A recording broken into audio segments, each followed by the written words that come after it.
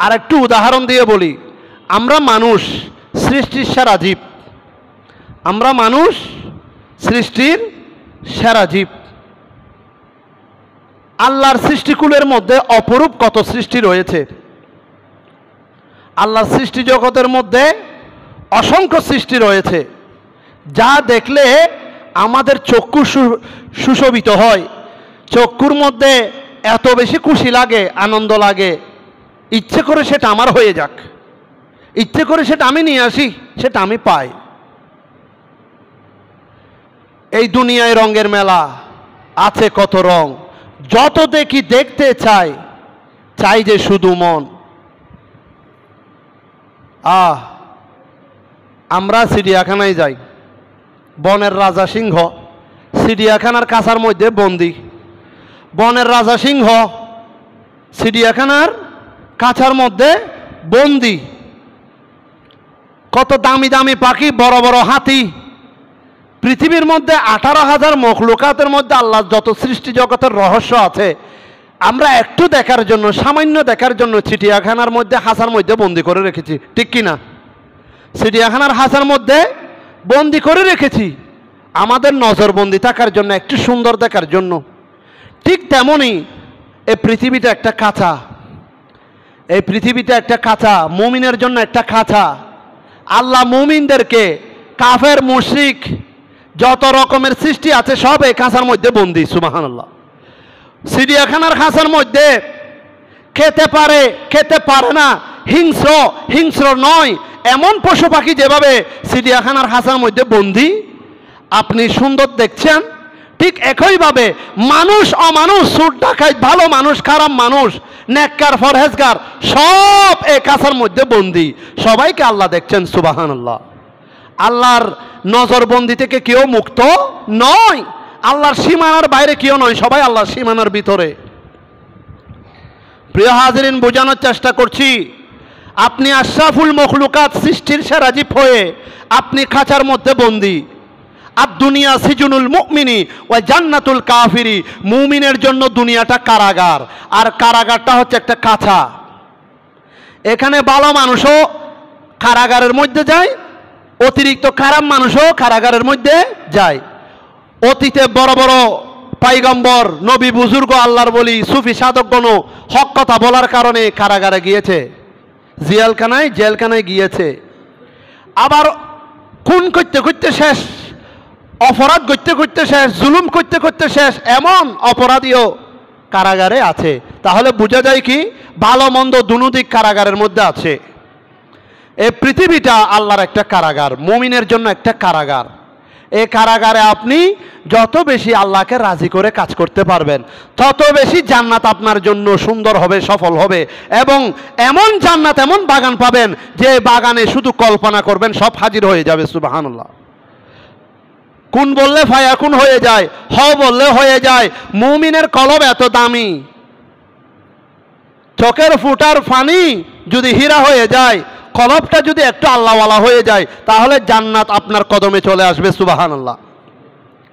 প্রিয় হাজরিন, আপনার চোখের সুন্দরের জন্য অ্যাকুরিয়ামে সাগরের মাছ বন্দি করে রেখেছেন একটা জিয়ালখানা। আপনার চোখের সুন্দরের জন্য টিয়া পাখি, তুতা পাখি, কত ধরনের পাখি, কাকাতুয়া আপনারা খাঁচায় বন্দি করে রেখে সুন্দর দেখতেছেন। আল্লাহ মুমিনদেরকে বেঁধে রেখে সুন্দর দেখতেছে। 5 ওয়াক্ত নামাজিকে কে আল্লাহকে রাজি করতেছে খাঁচার ভিতরে।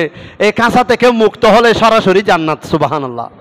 আর পাখি দুনিয়ার খাঁচা থেকে মুক্ত হলে, দুনিয়ার খাঁচা থেকে পাখি মুক্ত হলে কাছের জন্য মুক্ত আকাশ।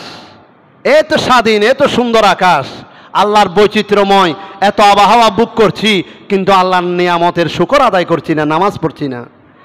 এই দুনিয়ায় রঙের মেলায় আছে কত রং, এই দুনিয়ার রঙের মেলায় আছে কত রং, যত দেখি দেখতে চাই যে শুধু মন, চোখে পড়ে কত সুন্দরের মোহনা, চোখে পড়ে কত সুন্দরের মোহনা, তার চেয়ে অধিক সুন্দর সোনার মদিনা। বলো না তার চেয়ে অধিক সুন্দর সোনার মদিনা, তার চেয়ে অধিক সুন্দর সোনার মদিনা। এই দুনিয়ায় রঙের মেলায়, এই দুনিয়ার রঙের মেলায় আছে কত রং, যত দেখি দেখতে চাই যে শুধু মন। চোখে পড়ে কত সুন্দরের মোহনা, চোখে পড়ে কত সুন্দরের মোহনা, তার চেয়ে অধিক সুন্দর সোনার মদিনা। বলো না তার চেয়ে অধিক সুন্দর সোনার মদিনা। সালাতুনিয়া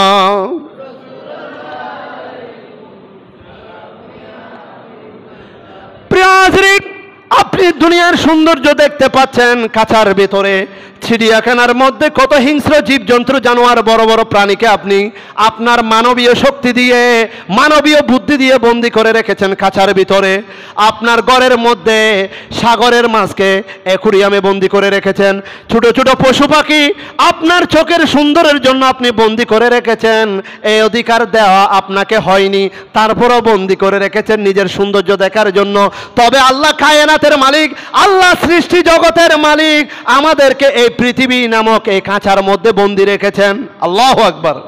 আমরা প্রথমে ছিলাম আলমে আরওয়াহ, আলমে আরওয়াহ রূহের জগতে একটা কাঁচার মধ্যে বন্দি ছিলাম, রূহের জগতে। তারপরে ওই রূহের জগৎ থেকে আমাদের বাবার পৃষ্ঠদেশে আসলাম, ওই পৃষ্ঠ জগতের মধ্যে আমরা বন্দি ছিলাম। সুবহানাল্লাহ। আবার বাবার পৃষ্ঠদেশ থেকে আমরা মায়ের হামেলার মধ্যে, মায়ের উদরের মধ্যে, মায়ের পেটের মধ্যে প্রায় 10 মাস 10 দিন পর্যন্ত বন্দি ছিলাম। আল্লাহু আকবার। ওই কাঁচার ভিতরেও আল্লাহ আমাদেরকে অক্সিজেন দিয়েছে, খাবার দিয়েছে। আল্লাহু আকবার।